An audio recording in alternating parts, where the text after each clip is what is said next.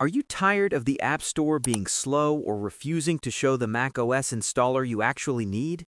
Whether you're trying to grab the latest macOS Tahoe update or need an older version like Sequoia for a bootable drive, there is a much faster way. Today, I'm showing you how to use a single terminal command to download any official macOS installer directly from Apple servers.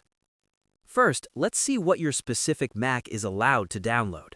Open your Terminal app. You can find it in your Applications folder under Utilities, or just search for it using Spotlight. Once it's open, type the following command: software update-list full installers, and hit Enter. Terminal will now generate a list of every macOS version compatible with your hardware. Take a look at the version numbers listed here, because you will need the exact digits for the next step. Now for the cool part. To start the download, use the fetch command. Type software update-fetch full installer-full installer version, followed by a space and the version number you want.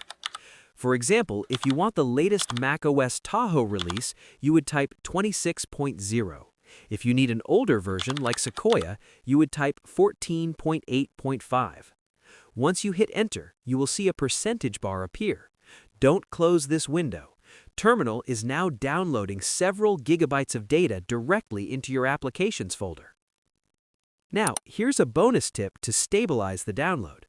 Open another Terminal tab and type in ping.swcdn.apple.com.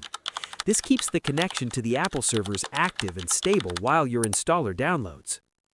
Once Terminal says the install finished successfully, you can find your file.